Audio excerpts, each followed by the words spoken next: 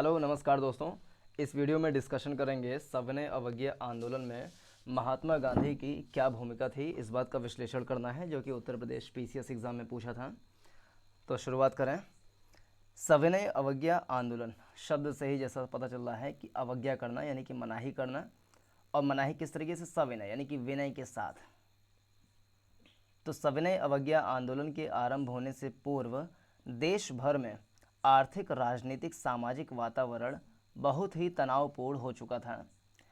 उस समय अगर इसके पहले की स्थिति देखें, सविनय अवज्ञा आंदोलन शुरू हुआ था 1930 में, 1930 में, और एक बार 1931 तक चला था।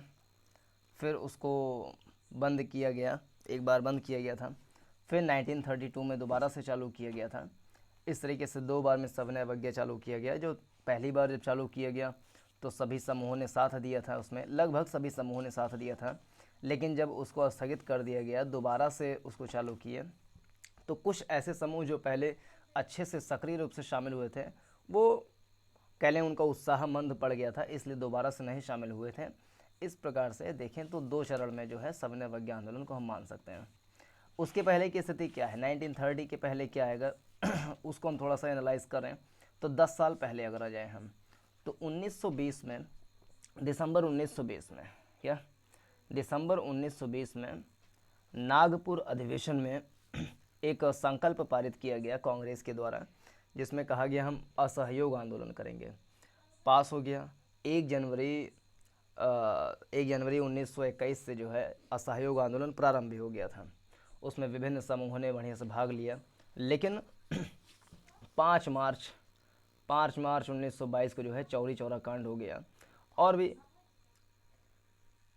5 फरवरी को, सॉरी माफ़ी ले, 5 फरवरी 1922 को जो है चौरी चौरा कांड हो गया था गोरखपुर में, जिसमें कुछ भीड़ थी वो अपना आंदोलन कर रही थी। लेकिन उस भीड़ पर पुलिस वालों ने मतलब कुछ कहने की लाठी बरसा दी या उन पे गोली फायर कर दिए। तो इस बात से वहाँ की भीड़ जो है गुस्सा गई थोड़ी सी, शायद कुछ वहाँ पे इंजरीज भी हो गई थी कुछ लोगों को, जिसके कारण से स्थानीय लोगों ने पुलिस थाने में खिड़की से पेट्रोल डीजल डाल करके उसको पूरा आग लगा दी, जिसमें 22 पुलिसकर्मियों की मौत हो गई थी। तो इसके बाद गांधी जी ने इस असहयोग आंदोलन को वापस ले लिया था, यानी कि 12 फरवरी 1922 को असहयोग आंदोलन को वापस ले लिया गया। तो इससे जो गरम दल के थे, क्रांतिकारी टाइप के नेता थे, वो काफ़ी चिंतित हुए और उन्होंने गांधी जी को क्रिटिसाइज़ भी किया कि इस तरीके से बीच में आंदोलन को स्थगित करना उचित नहीं था। उसमें से जैसे हम सुभाष चंद्र बोस जी को देखें या भगत सिंह को देख लें, तो ये भी सब लोग काफ़ी, भगत सिंह तो उस समय काफ़ी युवा थे, मतलब बच्चे थे, तो काफ़ी उद्विलित हो गए थे इस बात से कि वो इसको बंद कर दिए हैं, क्योंकि भगत सिंह उस समय अमृतसर में थे और वो गांधी जी के सहयोग में जो है पर्चे वगैरह बांटते थे। लेकिन जब उनको पता लगा स्थगित हो गया है तो वो काफ़ी दुखी हुए थे। इस प्रकार से ये चला। 1923 आता है। 1923 में कांग्रेस के अंदर में जो है विचारधारा का अलगाव हो जाता है और कांग्रेस के भीतर में एक स्वराज पार्टी गठन हो जाता है। चित्तरंजन दास और मोतीलाल नेहरू मिलकर के स्वराज पार्टी गठन कर लेते हैं। इनका मेन मोटिव होता है कि हम जो है, मतलब कुछ लोग ऐसे भी थे जो अपरिवर्तनवादी प्रकृति के थे। दो प्रकार की विचारधारा उस समय थी 1923-24 में। एक विचारधारा ये कह रही थी कि हम तो क्रांति करेंगे, रिवॉल्यूशन करेंगे और इसके द्वारा जो है हम आज़ादी प्राप्त करेंगे। एक समूह था ऐसा जो अपरिवर्तनवादी था, यानी कि नॉन चेंज जिसको बोल सकते हैं, अपरिवर्तनवादी, यानी कि हम जो है विधायिका में, लेजिस्लेटिव में जो है प्रवेश लेंगे और लेजिस्लेचर के माध्यम से हम अपनी आवाज़ों को उठाएंगे। अंग्रेज़ों के द्वारा बनाई गई नीतियों का हम जो है कानूनी या वैधानिक तरीके से विरोध करेंगे और अपनी बातों को मनवाएंगे। उनका अपरिवर्तनवादी का ऐसा भी मानना था कि अगर हम लेजिस्लेचर के माध्यम से अपनी बात को उठाएंगे तो इस बात का भी पर्दाफाश किया जा सकता है कि लेजिस्लेचर दरअसल एक लोकतांत्रिक संस्था नहीं रह गई है, क्योंकि उसमें सभी लोगों का प्रतिनिधित्व तो नहीं हो पा रहा है। तो इनकी अपनी विचारधारा थी। 1923 में सब चलता रहा। फिर गांधी जी जो हैं वो एक बार जैसे कह लें संघर्ष किए, तो उसके बाद विराम किए, वो लगभग 6 साल तक विराम किए। 1924 से लेकर के 1930 तक, 1924 टू 1930 तक। 1924 में जो है बेलगांव अधिवेशन बेलगांव अधिवेशन में इन्होंने अध्यक्षता की थी। बेलगांव जो कि कर्नाटक में पड़ता है। उसके बाद ये 1930 तक जो है, जो क्रिएटिविटी वाले काम होते हैं, जैसे कि चरखा चलाना, हिंदू मुस्लिम एकता की बातें करना, लोगों को संगठित करना, अछूतों के बारे में बात करना, महिला के अधिकार के बारे में बात करना, या सार्वजनिक जो अधिकार होते हैं, सामाजिक कार्य, विभिन्न प्रकार के सामाजिक कार्य जैसे स्वच्छता के काम करना, और प्लेग बीमारी उस समय फैली हुई थी तो स्वास्थ्य का देखभाल करना, ये सारे कामों में वो लग गए थे। तो 6 सालों तक ऐसा चला था। लेकिन ऐसे चलते चलते आगे 1927, तो उस समय अंग्रेजी सरकार ने एक कमीशन गठन किया जिसको बोलते हैं साइमन कमीशन। साइमन कमीशन को गठन करने का मेन मोटिव ये था कि वो भारत में जाए और वो भारत में चल रही जो संवैधानिक या वैधानिक प्रक्रिया है उसका विश्लेषण करें और ज़रूरी सुझाव जो है अंग्रेजी सरकार को दे, ताकि वो कुछ नियमावलियाँ बना सकें या कुछ कॉन्स्टिट्यूट कर सकें भारत देश को गवर्न करने के लिए। ये 1927 में बना था साइमन कमीशन, और 1928 में ये भारत में पहुंचा। जैसे ही भारत में पहुंचा तो हमारे एक बहुत बड़े नेता लाला लाजपत राय जो हैं वो इनके विरोध में आ गए, और इनके सहयोग में भगत सिंह और भी लोग जो हैं इनसे जुड़ गए। तो लाला लाजपत राय जो हैं इसमें मारे गए थे, और ये नारा दिए साइमन गो बैक, साइमन वापस जाओ। इसलिए नारा दे रहे थे क्योंकि तो लाला लाजपत राय ने इस समय नारा दिया साइमन गो बैक, साइमन वापस जाओ। और ये नारा तेज़ी से बढ़ने लगा, और भगत सिंह ने भी इनका साथ दिया था। लेकिन अंग्रेज़ों ने जो है इनके ऊपर लाठी बरसा दी। मतलब थे तो भारतीय लोग, अंग्रेजी ने ऑर्डर दिया तो भारतीय लोगों ने इनके ऊपर डंडा बरसा दिया, और कुछ दिन के बाद जो है इनकी मृत्यु हो गई। तो देश जो है काफ़ी दुखित हुआ था इस बात से। फिर उस समय जो भारत के वाइसराय थे उनका नाम था लॉर्ड इरविन। और चूँकि गांधी जी जो हैं वो एक तरीके से क्रिएटिव वाले काम में जुटे हुए थे, सामाजिक कार्य में, इसलिए उन्होंने एक 11 सूत्री कह लें अपना मांग रखा था। 11 सूत्री मांगों में जैसे था कि शराब को बंद कीजिए, और किसानों के बारे में बात कीजिए, महिलाओं को अधिकार दीजिए, उद्योगपतियों के लिए जो है इंपोर्ट में कुछ व्यवस्था कीजिए।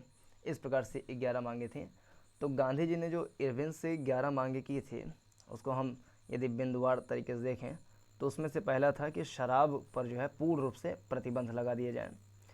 दूसरा, विनिमय की दर घटा करके 1 स्टर्लिंग 4 पैसा कर दिया जाए। विनिमय की दर को मिलाकर के घटाने की बात चल रही थी ताकि उद्योगपतियों को इससे लाभ हो। इस असहयोग, इस सबने अवज्ञा आंदोलन में जो है उद्योगपतियों ने भी साथ दिया था। उसको भी हम बाद में आकर के देखेंगे कि विभिन्न समूहों ने किस प्रकार से इसमें अपना योगदान दिया। तो दूसरा यही था कि विनिमय की दर घटा करके 1 स्टर्लिंग 4 पैसा कर दिया जाए। कुल मिलाकर के ये कि भारतीय उद्योगपतियों को इससे विनिमय में फ़ायदा हो, और जो विदेशी आयात बहुत सारे मात्रा में हो रहा है वो घट सकें, ताकि इनके माल जो है भारत में बिक सकें और इनको प्रॉफिट हो सके। यानी कि दूसरी मांग जो है उद्योगपतियों के लिए थी। तीसरी थी भूमि लगान जो है आधा कर दी जाए, उस पर काउंसिल का नियोजन रहे, यानी जो काउंसिल है वो उसको प्लान करे, और भूमि लगान आधी कर दिए। आधी क्यों? क्योंकि उस समय जो है विश्व भर में महामंदी छाई हुई थी, भारत में भी जो है लोगों के जेब में पैसा नहीं था, बेरोजगारी बढ़ी हुई थी, उत्पादन घटा हुआ था। ऐसे केस में किसान जो है वो अपनी टैक्स नहीं पे कर सकते थे, इसलिए भूमि लगान आधा करने की मांग रखें। चौथा हम कह सकते हैं नमक कर को समाप्त किया जाए, इस बात को रखा कि जो साल्ट पे टैक्स लगता है उसको बंद किया जाए, क्योंकि ये बहुत ही बेसिक चीज़ है जिस पर टैक्स नहीं लगना चाहिए।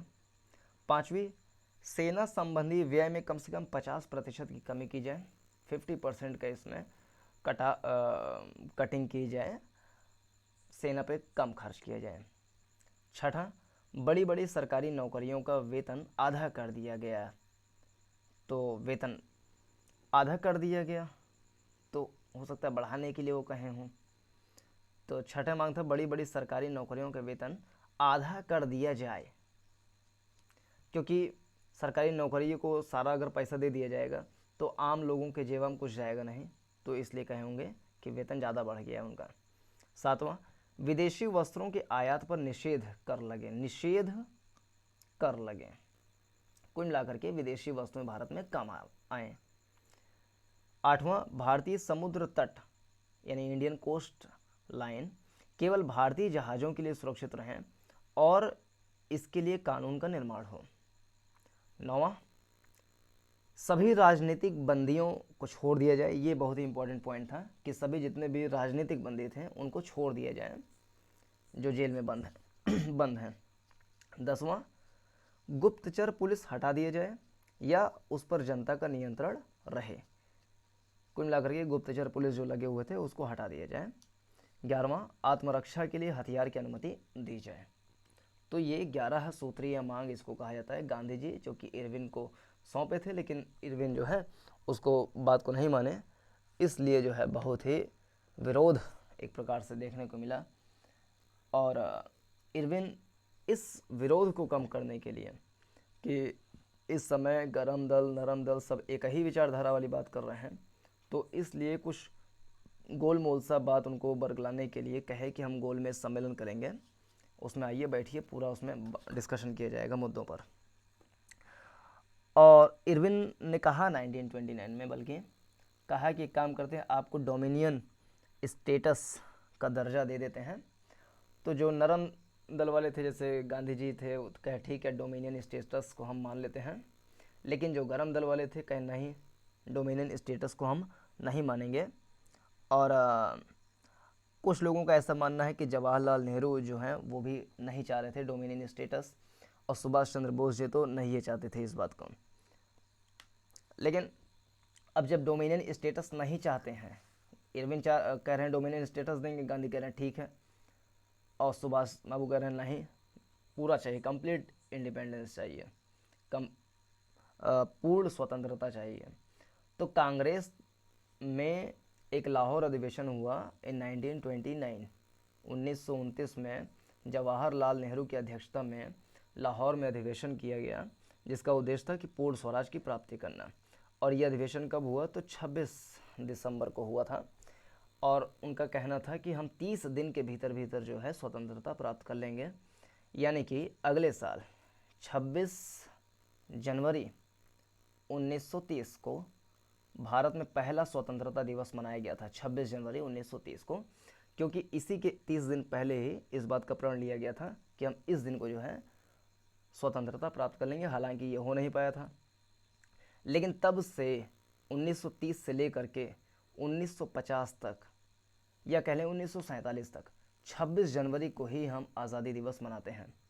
चूँकि 26 जनवरी हमारे लिए इतना महत्वपूर्ण रखता था, इसलिए हमारा संविधान 26 नवंबर 1949 में बनने के बावजूद भी उसको दिसंबर जनवरी तक लटकाए थे, और तब जाकर के 26 जनवरी 1950 को हमारा संविधान पूर्ण रूप से लागू किया गया था, क्योंकि इसका अपना एक सिंबॉलिक मीनिंग था।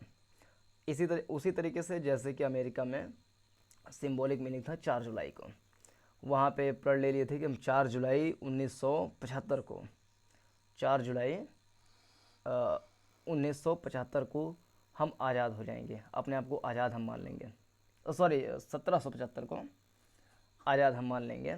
तो चूँकि उनको 4 जुलाई 1775 को आज़ादी तो नहीं मिली थी, उनको मिला था 1782 में फ्रांस की मदद से, और उसी वजह से फ्रांस पे भी बहुत सारा कर्जा चढ़ गया था। 10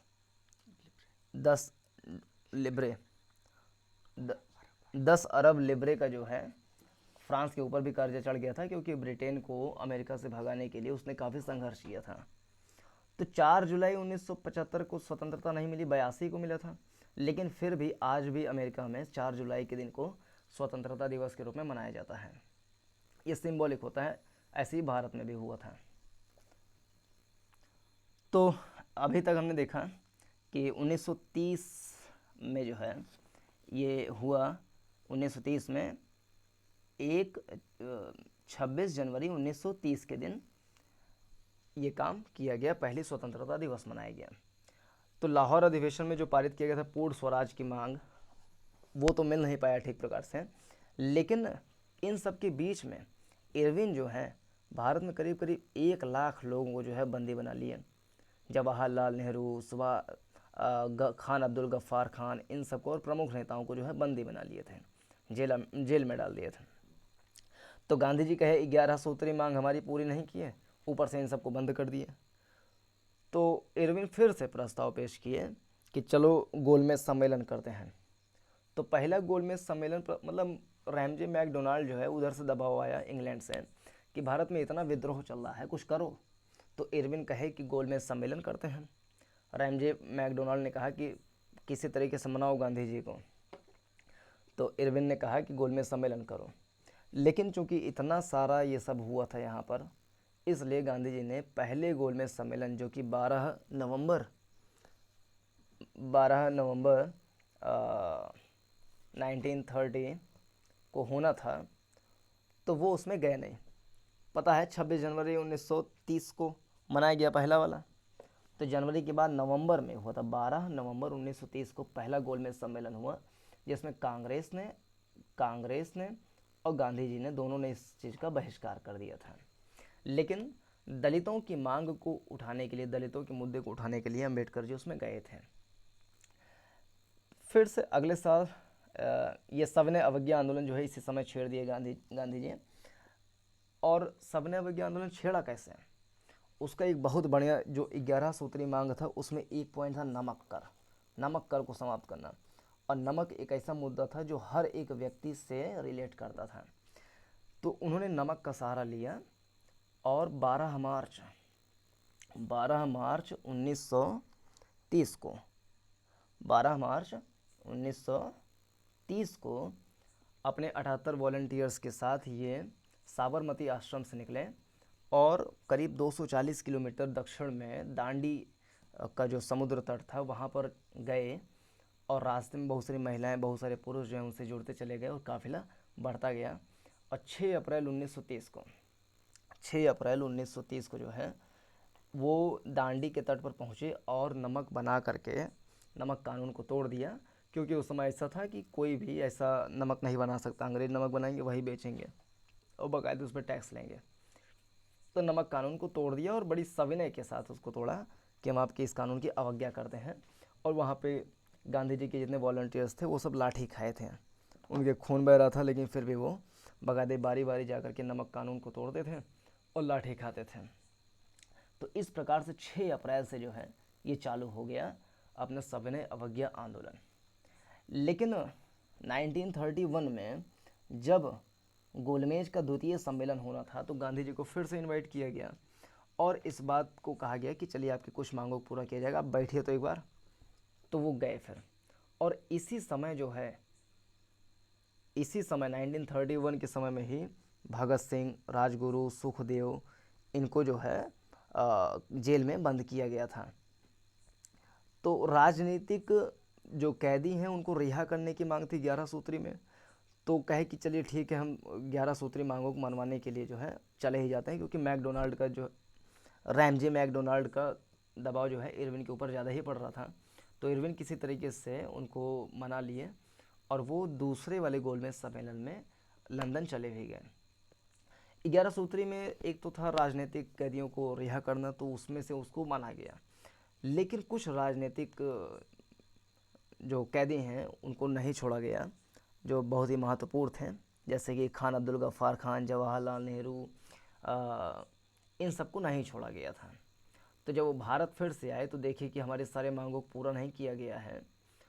तो वो जो उस बात को हटा, जैसे 1931 में अगर वहाँ पर चले गए, इसका मतलब ये है कि सविनय अवज्ञा ढीला पड़ गया। सविनय अवज्ञा ढीला पड़ गया इसलिए क्योंकि उनकी मांगों को पूरा किया जाएगा। अब सविनय अवज्ञा ढीला पड़ा तो जो लोग इनका सहयोग कर रहे थे इसमें, वो जाहिर सी बात है वो टूटेंगे, उनका मन टूट जाएगा। और दोबारा से जब फिर ये चालू करेंगे तो वो उनसे जुड़ नहीं पाएंगे। यानी कि दूसरा वाला आंदोलन जो है दोबारा जब शुरू किए तो कमज़ोर पड़ गया था, मंद पड़ गया था। तो भारत में आए दोबारा से ये 1932 में इसको दोबारा से चालू किए सविनय अवज्ञा को। लेकिन ये पिछली बार की अपेक्षा मंद रहा था और 1934 आते आते ये एकदम से मंद पड़ गया था, आंदोलन जो है मंद पड़ गया। इस प्रकार से इसका घटनाक्रम चला। तो इस प्रकार से हमने देख लिया थोड़े बहुत महात्मा गांधी की तो बहुत बड़ी भूमिका थी, उन्होंने ही चालू किया था। तो ये महात्मा गांधी की भूमिका का विश्लेषण हमने किया किस प्रकार से था। लेकिन इसमें जो है विभिन्न सामाजिक समूहों ने इनका योगदान दिया था। उसमें से 5 प्रमुख समूह थे, जिसमें से एक है अमीर किसान, दूसरा समूह था छोटे किसान, तीसरा व्यवसायी वर्ग, चौथा औद्योगिक श्रमिक वर्ग और 5वें महिलाएं। तो पांचों लोगों की भूमिका का भी थोड़ा सा विश्लेषण कर लें एक एक मिनट में। अमीर किसान भी जो है सबने अवज्ञा आंदोलन में महात्मा गांधी जी का सहयोग किए थे। अमीर किसानों में मुख्य रूप से जो गुजरात के पाटीदार थे और यूपी के जो जाट किसान थे, ये लोग बड़े टाइप के किसान थे। इन लोगों ने सबने अवज्ञा में सहयोग दिया और सहयोग देने का एक मोटिव ये था कि उनसे व्यावसायिक फसल जो कमर्शियल क्रॉप होता है, कैश क्रॉप जैसे होता है, तो उसको इनसे बोया जाता था। कैश क्रॉप में जैसे कि नील पटसन, कहवा, चाय, गन्ना, कपास, अफीम, ये सारी चीज़ें होती हैं, ये सब उनसे बोआ रहे थे। तो इससे उनकी फसलें भी मतलब कहने उत्पादन भी घट रहा था, उनको फ़ायदा भी नहीं हो रहा था, क्योंकि कमर्शियल क्रॉप जो है उसका मेन मोटिव था कि सस्ते दाम पर अंग्रेज़ ले लेते थे, तो उनके जेब में पैसा था नहीं और आर्थिक मंदी छाई हुई थी। तो इसलिए जो है अमीर किसान चाहते थे कि इसका विरोध किया जाए। और दूसरा समूह था छोटा किसान। छोटे किसान की मेन मांग ये थी कि आर्थिक मंदी छाई हुई थी और उनके पास उत्पादन के साधन थे नहीं। उत्पादन के साधन एक ये था कि वो अमीर जो ज़मींदार हैं उनसे पट्टे की ज़मीन ले लें और पट्टे की ज़मीन पे खेती करके उनको जो है उस खेत का किराया देते रहें थोड़ा थोड़ा करके। लेकिन उनके पास इनकम बिल्कुल ही घट गया आर्थिक मंदी के कारण से, इसलिए उनकी मेन डिमांड थी कि पट्टे का जो भाड़ा है उसको बंद कर दिया जाए। लेकिन मतलब मेन मोटिव उनका यही था कि उनके पट्टे वाली मांग को जो है ना मांगा जाए। लेकिन जो कांग्रेस था वो इनका साथ नहीं दिए, क्योंकि जो बड़ी मछली थी अमीर बड़े वाले किसान उनका सहयोग करते तो जाहिर सी बात है कि इनका सहयोग ना हो पाता। तो इनको समर्थन करने के लिए इनका ठीक प्रकार से प्रतिनिधित्व तो नहीं हो पाया था। तीसरा समूह था व्यवसायी वर्ग।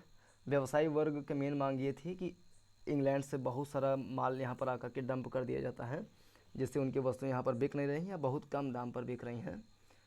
तो उस इंपोर्ट को जो है कम कर दिया जाए ताकि इनका ट्रेड बढ़ सके। इसमें एक संस्था की भी स्थापना की गई 1927 में, जो आज भी फिक्की के नाम से जाना जाता है। फिक्की का फुल फॉर्म है federation of Indian chamber of commerce and industry. इसका गठन भी इसी उद्देश्य से किया गया था 1927 में। इसके अलावा कुछ बड़े जो ट्रेडर थे उन्होंने सबने अवज्ञा में गांधी जी को फंडिंग भी की थी। फिर अगला समूह था औद्योगिक श्रमिक वर्ग। व्यवसायी वर्ग तो ये था कि इंपोर्ट जो है कम किया जाए। औद्योगिक श्रमिक वर्ग का मेन डिमांड था कि उद्योगपति जो हैं उनको बहुत कम वेतन देते हैं और उनके लिए जो कार्य स्थितियाँ हैं वो अच्छी नहीं हैं, तो उनकी कार्य स्थितियों को अच्छा बनाया जाए, मेन डिमांड ये थी। लेकिन कांग्रेस ने इनका भी समर्थन ठीक प्रकार से नहीं किया, यानी कि मजदूर जो है ठीक प्रकार से जोड़ नहीं पाए इनसे। फिर पाँचवा वर्ग है महिला। महिलाओं ने जो है सबने अवज्ञा में गांधी जी को सहयोग दिया। इस तरीके से नमक आंदोलन जब वो चला रहे थे तो रास्ते में जहाँ भी हो जाते थे कई सारी महिलाएं जो है अपने घर से निकल करके आते थे और उस काफ़िले में शामिल हो जाते थे। नमक कानून को भी तोड़ा, जुलूस करी, घर से बाहर निकले, विरोध करें, आंदोलन करें, सब कुछ करें। लेकिन महिलाओं का भी प्रतिनिधित्व ठीक प्रकार से हो नहीं पा रहा था, क्योंकि गांधी जी का खुद मानना था कि महिलाओं का मेन काम ये नहीं है, उनका मेन काम है गृहिणी के रूप में अपने काम को करना। यानी प्रतीकात्मक रूप से महिलाओं का प्रयोग किया गया, लेकिन उन्होंने साथ दिया था बढ़िया, जैसे कि शराब के दुकानों के सामने धरना करना और नमक सत्याग्रह में और विदेशी कपड़ों का बहिष्कार करना। तो इस प्रकार से 5 सामाजिक समूहों ने भी योगदान दिया था गांधी जी के आंदोलन में। लेकिन इस आंदोलन की कुछ सीमाएं थीं।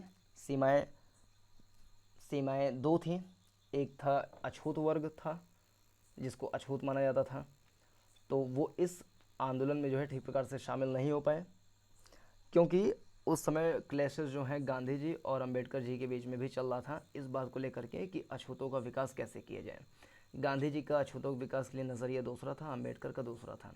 गांधी जी का मानना था कि अछूतों को विकास करने के लिए जो लोग उनका उत्पीड़न करते हैं, जो अमीर सवर्ण जातियां हैं, ब्राह्मण ठाकुर हैं, उनसे आह्वान किए कि आप जो है इसको पाप समझें, अस्पृश्यता का उन्मूलन करें और अपनी अंतरात्मा की पुकार से, अपने जो है कॉन्साइंस से या अपनी अंतरात्मा से इसको जो है स्वीकार ना करें, ऐसी बात कही। गांधी जी ने यह भी कहा कि अगर हम अछूत अछूत करते रहेंगे तो अगले 100 साल तक भी हमें स्वराज की प्राप्ति नहीं हो सकती है।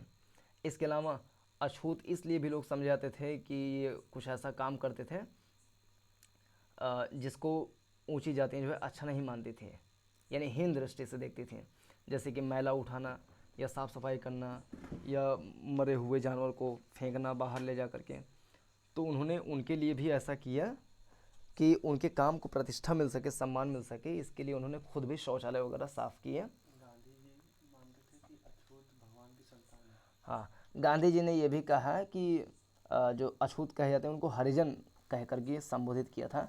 हरिजन मतलब हरि का जन, हरि माने भगवान यानी विष्णु, और जन माने लोग, यानी भगवान के जन है, वो ईश्वर के संतान है, ऐसा करके संबोधित किया। और गांधी जी ने अपनी तरीके से सत्याग्रह भी तथाकथित अछूतों के लिए किया। किस प्रकार से? कि उनको मंदिरों में, सार्वजनिक तालाबों में, सड़कों और कुओं पर समान अधिकार मिल सके, मैला ढोने वाले काम को प्रतिष्ठा मिल सके, ऊंची जातियों का हृदय परिवर्तन करने के लिए कहा और अस्पृश्यता को पाप के रूप में भी कहा। तो इस प्रकार से गांधी जी अपनी तरफ से काम कर रहे थे दलितों के उत्थान के लिए। लेकिन अंबेडकर साहब या उनके जैसे और दलित नेताओं का मानना था कि इस तरीके से काम नहीं चल पाएगा। उनका तर्क ये था कि शिक्षण संस्थान जो है उसमें उनको आरक्षण, रिजर्वेशन दिया जाए, क्योंकि ये परिवर्तन जो है, हृदय परिवर्तन ऐसे जो है बड़ी आसान सी चीज़ नहीं है। कोई व्यक्ति विशेष में भले हो जाए, लेकिन पूरे सामाजिक समूह में हो जाए एक साथ में, ऐसा संभव नहीं है। इसलिए रिजर्वेशन लाना जरूरी है। और अलग से निर्वाचन क्षेत्र की मांग कर रहे थे। इसके अलावा उनका ये भी मानना था कि सामाजिक अपंगता जो है वो केवल राजनीतिक सशक्तिकरण से ही दूर की जा सकती है, यानी पॉलिटिकल रूप से जब वो कह लें सशक्तिकरण उनका होगा, मजबूत होंगे, तब वो सामाजिक रूप से अपनी स्थिति को सुधार सकते हैं। ये तर्क था डॉक्टर अंबेडकर साहब का और अन्य दलित नेताओं का। और इसी उद्देश्य से डॉक्टर अंबेडकर साहब ने दमित वर्ग एसोसिएशन यानी कि डिप्रेस्ड क्लास एसोसिएशन की स्थापना 1930 में की थी। यानी कि यहाँ पे देखें तो डॉक्टर अंबेडकर और गांधी जी के बीच में क्लैशेस बढ़ गए। और जब 1931 में दूसरे गोलमेज सम्मेलन में गांधी जी और अंबेडकर दोनों लोग वहाँ पर गए, तो गोलमेज सम्मेलन में दलित के उत्थान के लिए उनके कह लें आरक्षण, जो निर्वाचन क्षेत्र है उसके आरक्षण की मांग रखें। और गांधी जी ने कहा कि ऐसा नहीं होना चाहिए, क्योंकि उनका तर्क था कि इससे सामाजिक जो सोशल फैब्रिक है, सामाजिक ताना बाना है, उससे और ज़्यादा बिगड़ जाएगा। तो इस तरीके से मतभेद बढ़े और जब दोनों लोग भारत में आए तो गांधी जी ने आमरण अनशन कर दिया, क्योंकि अम्बेडकर की बात को वहाँ के मैकडोनाल्ड जो है वो सब मान गए थे। ठीक है, तो गांधी जी भारत में आए, आमरण अनशन कर दिए।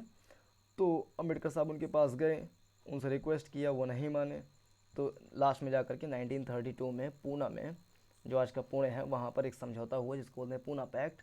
अब पूना पैक्ट में अम्बेडकर साहब ने गांधी जी की बात मान ली और जो आरक्षण वाली बात थी उस बात को मना कर दिया। तो इस प्रकार से हम देखें अछूत जो है ठीक प्रकार से, मतलब तथाकथित अछूत, इस आंदोलन में ठीक प्रकार से भागीदारी नहीं कर पाए थे। और दूसरा समूह था मुसलमान। मुसलमान भी ठीक प्रकार से नहीं कर पाए, क्योंकि जब 1921 में चालू हुआ था सत्या असहयोग आंदोलन चालू हुआ था, तो उसमें हिंदू मुस्लिम एकता चली थी। क्यों? क्योंकि खिलाफत का मुद्दा आ गया था। तो खिलाफत के लिए जो है मुस्लिम आ गए, असहयोग के लिए हिंदू आ गए, दोनों मिल गए इसमें। लेकिन जब 22 में ख़त्म हुआ तो हिंदू मुस्लिम एकता ख़त्म हो गई। और 1924 में दो महत्वपूर्ण संस्थान बने। एक का नाम था हिंदू महासभा, एक का नाम था, जो चर्चा हुआ था पिछले साल लॉकडाउन के समय में, जिसका नाम है तबलीगी जमात। तो तबलीगी जमात की स्थापना कर दिया था। और हिंदू महासभा की स्थापना हुई थी। आरएसएस वगैरह इस सब की नींव पड़ रही थी धीरे धीरे। तो यानी कि हिंदू मुस्लिम जो सांप्रदायिकता है वो भी बढ़ रहा था।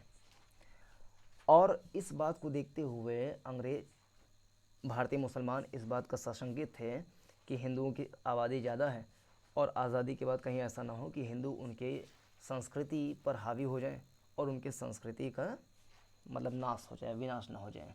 तो इस शंका में मोहम्मद अली जिन्ना और आगा खां इन जैसे नेताओं ने ठीक प्रकार से सहयोग नहीं किया और सबने अवज्ञा में मुसलमान जो है ठीक प्रकार से सहयोग नहीं कर पाए।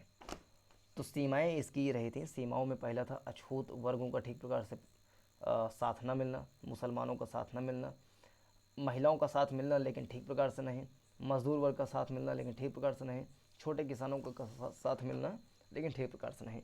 तो ये इसकी कुछ सीमाएं थी। तो मेरे ख्याल से इतना इसमें पर्याप्त है। अब बाकी और कुछ डिस्कशन होगा सबने अवज्ञा पे, तो उसको हम बाद में देखेंगे। पूरा देखने के लिए बहुत बहुत धन्यवाद। नमस्कार, जय हिंद।